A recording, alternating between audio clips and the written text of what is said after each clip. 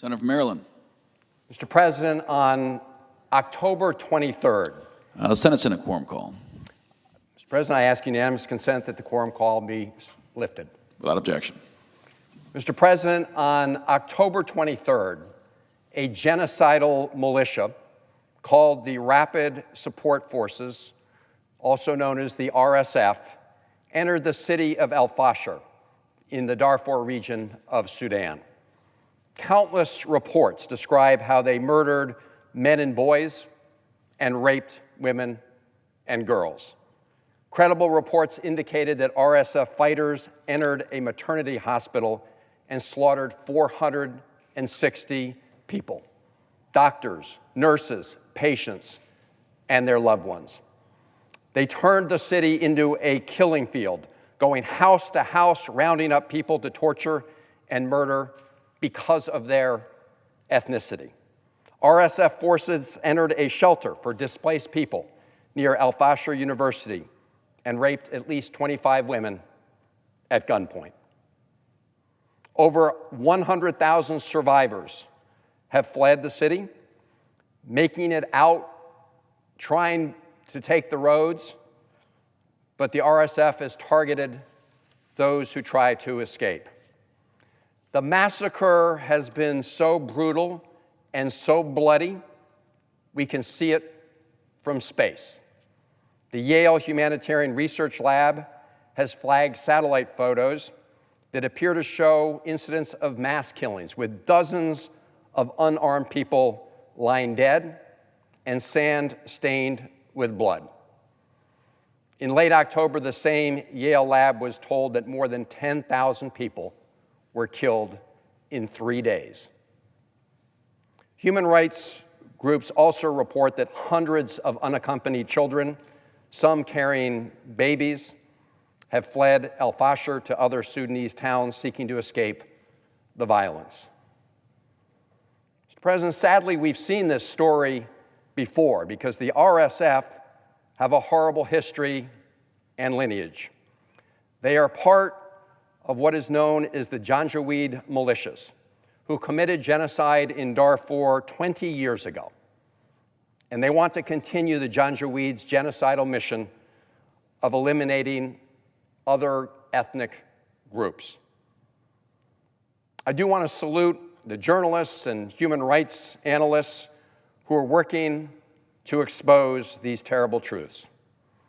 But it's up to us as to what we do with that truth. And the truth is, this could have been prevented. We had warning, and we could have done more to stop it, and we can still do more now to stop the ongoing genocide. El Fasher was under siege for 18 months. The civil war in Sudan has been raging for 2.5 years. More than 150,000 people have died, and approximately 14 million have been displaced in Sudan, marking the largest and fastest displacement crisis in the world. Earlier this year, at the beginning of his administration, Donald Trump gutted USAID and suddenly cut off our humanitarian aid to Sudan. More than 1,000 soup kitchens closed overnight. While others have stepped up, the vacuum left by AID's departure means that even more innocent people are dying. And even as we cut humanitarian aid for the victims of genocide, we have not effectively used our leverage and influence to end the war. Because throughout this conflict, we, the United States, have continued to send weapons to the United Arab Emirates, the UAE, who we know are arming the murderous RSF. Report after report from the United Nations, human rights organizations, and journalists have provided evidence that the UAE is doing this. In fact, Mr. President, in January of this year, the Biden administration confirmed to me directly that the UAE was providing material support to the RSF, even though the UAE had assured the United States that it wasn't and that it wouldn't. So this is not a question for debate. And in fact, if the UAE is not supplying the RSF with weapons, then they should have no concerns about this legislation. And around the same time that I heard from the Biden administration about the UAE supplying the RSF, the US government concluded what is clear from plain sight, that the RSF and their allied militias are committing genocide in Darfur. According to the State Department's assessment, and I quote, "The RSF and allied militias have systematically murdered men and boys, even infants, on an ethnic basis, and deliberately targeted women and girls from certain ethnic groups for rape and other forms of brutal sexual violence. The same militias have targeted fleeing civilians, murdering innocent people escaping conflict, and prevented remaining civilians from accessing life-saving supplies." End of quote from the State Department of the United States. So we know this has been going on. We've known it for years. And the Trump administration has reiterated the finding by the Biden administration State Department that the RSF is engaged in genocide in Darfur. Mr. President, we are not helpless. We are not innocent bystanders in the face of these unspeakable crimes. We have leverage. We just need the political will to use it. And I should say, Mr. President, we recognize that the RSF is not the only party to this conflict in Sudan. The State Department has determined that the Sudanese armed forces, known as the SAF, have also committed atrocities throughout this war. And there are also other external actors fueling the war in Sudan, including countries like Turkey, Egypt, Iran, Russia, and others. I commend the U.S. mediators who've been trying to bring peace to the region, both in the previous administration and now. But at the same time, we've got to recognize, after 2.5 years and after all the bloodshed and the ongoing genocide, that talk is not enough, that we have to use at least the leverage we have and use our influence more effectively when it comes to the UAE and its arming of the RSF. I would gladly work with my colleagues across the aisle to say that the United States should not be supplying U.S. military assistance to any country that is fueling the ongoing war and genocide. But surely we can agree that we should begin by not providing weapons to a country that is in turn fueling a genocide, what we've determined is a genocide in Darfur. And I should say, Mr. President, that Secretary Rubio, during his confirmation hearing for Secretary of State, was asked about this very issue. And here's what he said, and I quote, "We need to raise the fact that they," referring to the UAE, "are openly supporting an entity that is carrying out a genocide," end quote. That was Secretary Rubio nominee. But I asked the Secretary, and I asked the President, I asked my colleagues, if we agree that there's a genocide going on, and we agree that it's being committed by the RSF, shouldn't we agree that we should at least pause the transfer of weapons to the UAE, which is fueling the genocide in Darfur? And why haven't we done that? Well, Mr. President, Donald Trump visited the UAE over the summer. Instead of demanding accountability for their role in the genocide in Darfur, he gave away the crown jewels of American AI. And many of our most sophisticated chips were promised to the UAE. In return, a UAE-backed firm gave the Trump family's newly launched stablecoin business a $2 billion boost. And it was just days before President Trump visited the UAE that the administration greenlit the sale of $1.4 billion of arms to the UAE. What about the genocide they were fueling in Darfur? Did he say anything about that? It doesn't seem that he raised those issues during his visit to the UAE.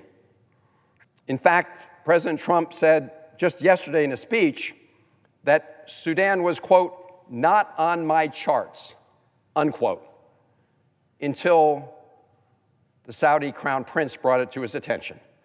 Really? Really, President Trump? This has been going on for 2.5 years. You've been sending military assistance to the UAE that in turn is fueling the RSF's murderous rage in Darfur. And it just wasn't on the president's charts until yesterday. What was on his charts was all the corrupt deals that were going down in the UAE. So, Mr. President, here are the facts.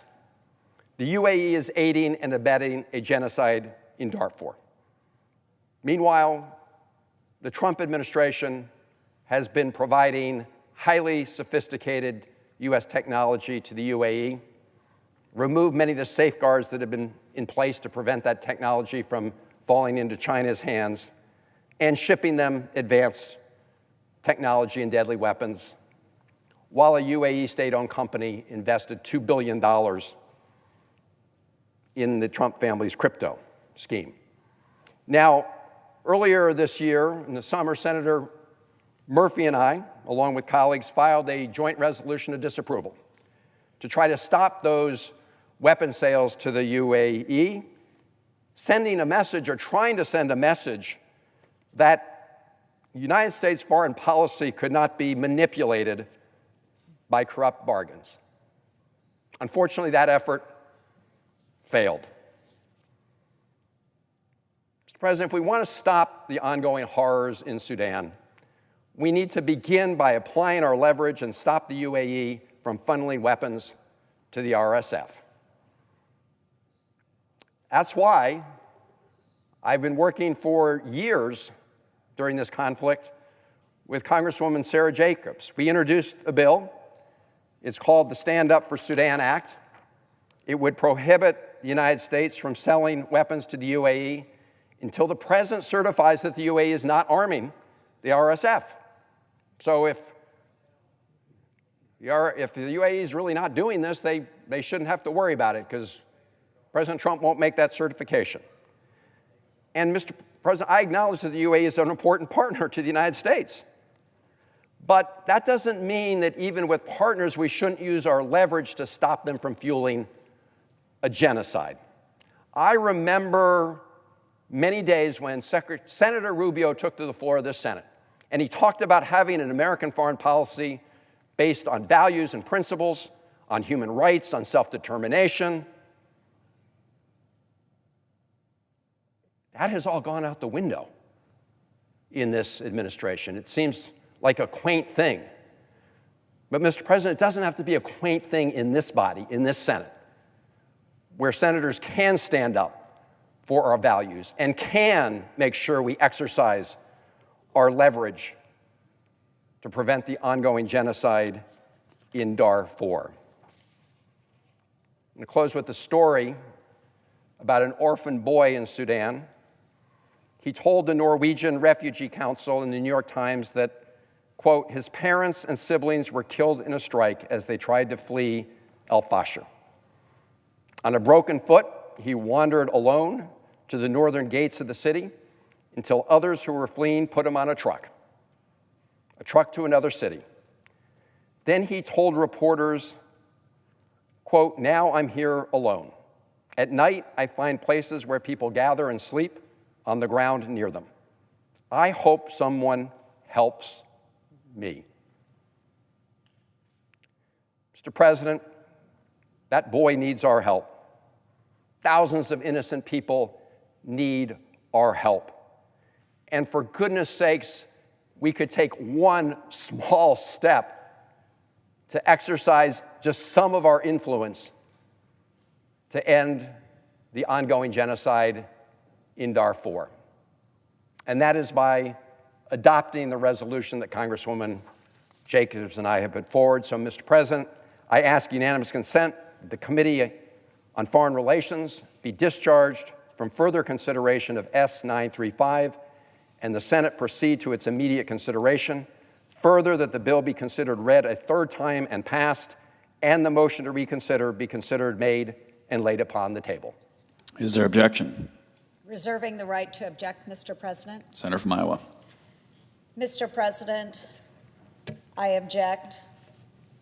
The United Arab Emirates is a close partner with whom we have vital cooperation on regional security, counterterrorism, and Middle East stability.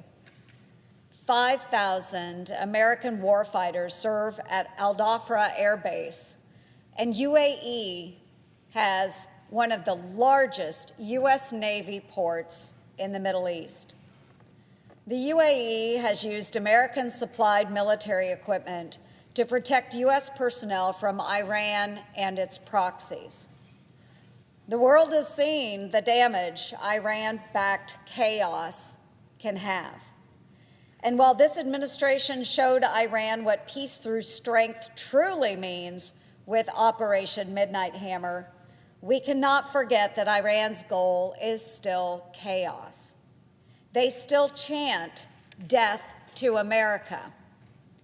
After all, it was not but 6 months ago that Iran launched hundreds of missiles and drones toward Israel and U.S. military personnel.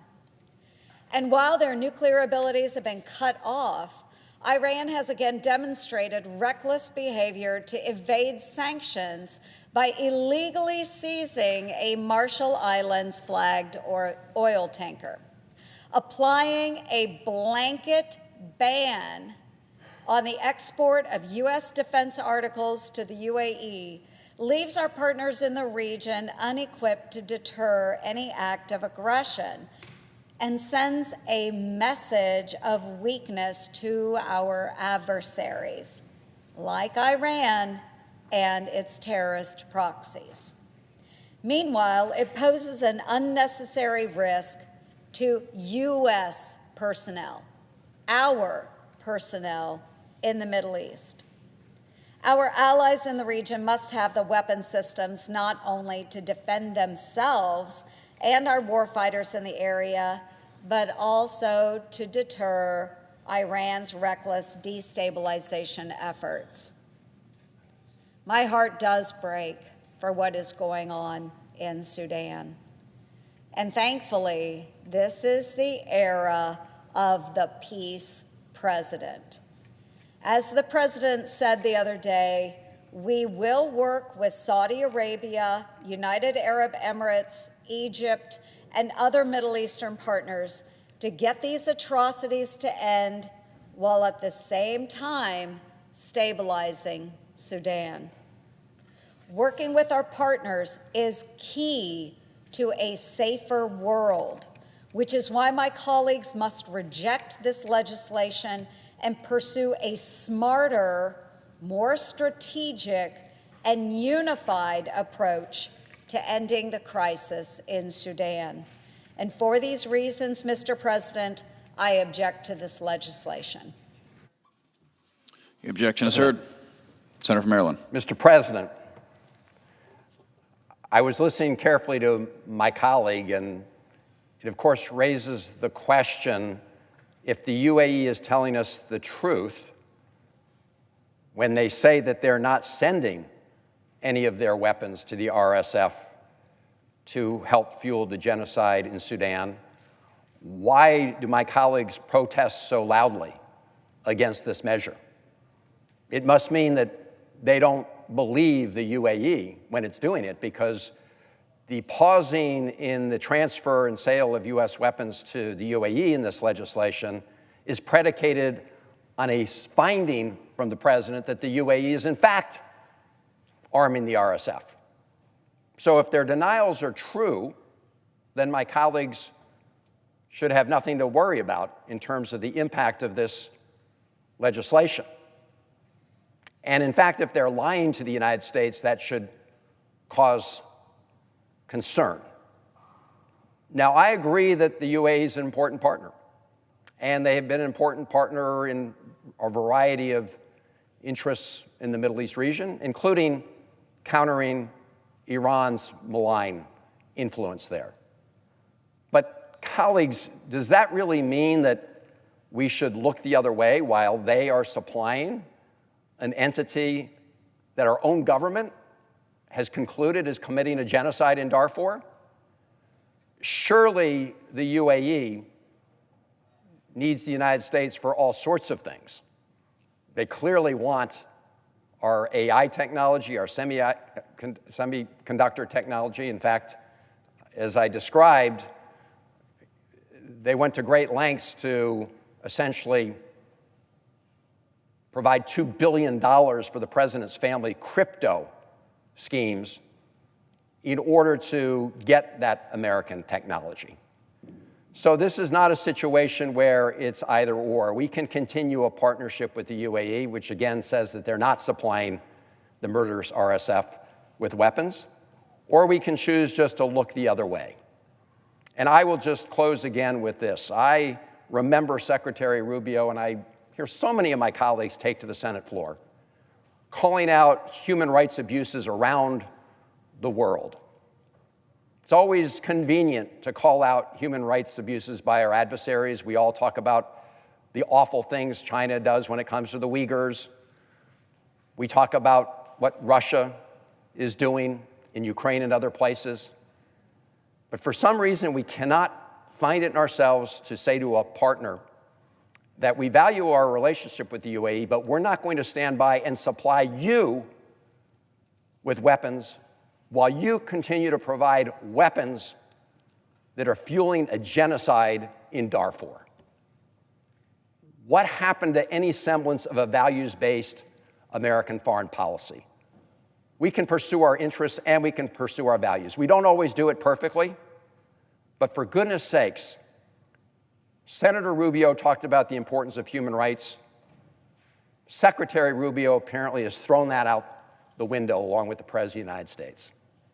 And so I'm very disappointed that our colleagues cannot join together in a bipartisan manner to just use a little of American influence to try to stop a genocide in Darfur. And I yield the floor.